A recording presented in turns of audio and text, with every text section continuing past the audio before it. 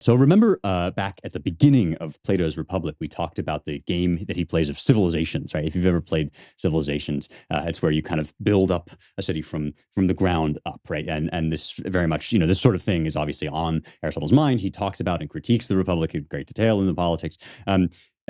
But Plato starts with like these sort of rudimentary forms of life and food production, just like you do when you play Civilizations. You create these little households. You have to produce citizens. You have to produce these peasants that sort of work for you, and then the peasants like grow the food, and the food sort of supports more of the economy. And you do trade, and then eventually you build a military, right?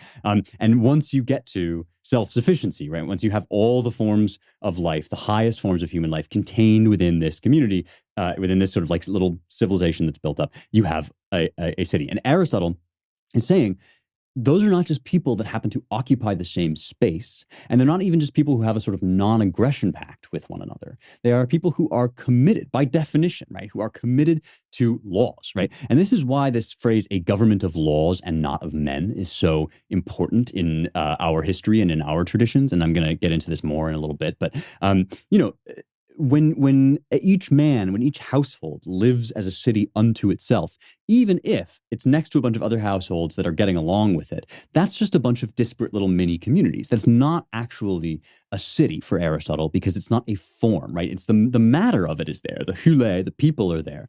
But a morphe, right, which is a form, has to do with a relationship structure. And that relationship structure has to be in place. They have to be bound together by a shared goal, right? By a common good, in order to count as a state, in order to be a city. And one of the things this does is it means that generationally, even as people pass away, the form of your politeia, the form of, you might say, your regime or your small c constitution, can remain the same. If people are matter, right? If the people that occupy a city are like the matter of the city, and the politeia, the constitution, is like the form, the morphe, then we can think about how in our own human bodies, right, atoms pass away. And I think I've heard something like, every 7 years or so, there's like all new material, all new atoms. And this is one reason why when we talk about material causes, we think of them as less important for explanation, because they're interchangeable. You can take this lump of matter and shape it into David, or you can take this lump of matter and shape it into David. Maybe it's this marble here or this marble here. It doesn't actually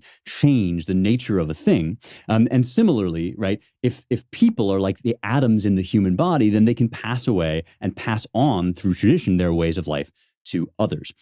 We, the people of the United States, in order to form a more perfect union, right? In order to do these things, this is why we live together in these ways. And these goods of self-sufficiency, of total self-sufficiency, are part of why we are organized at the federal level the way that we are, the way that our states are organized, and then finally the way that our communities are organized. And it is an act of love, because it's an act of pursuing the good together. This is what civic friendship is.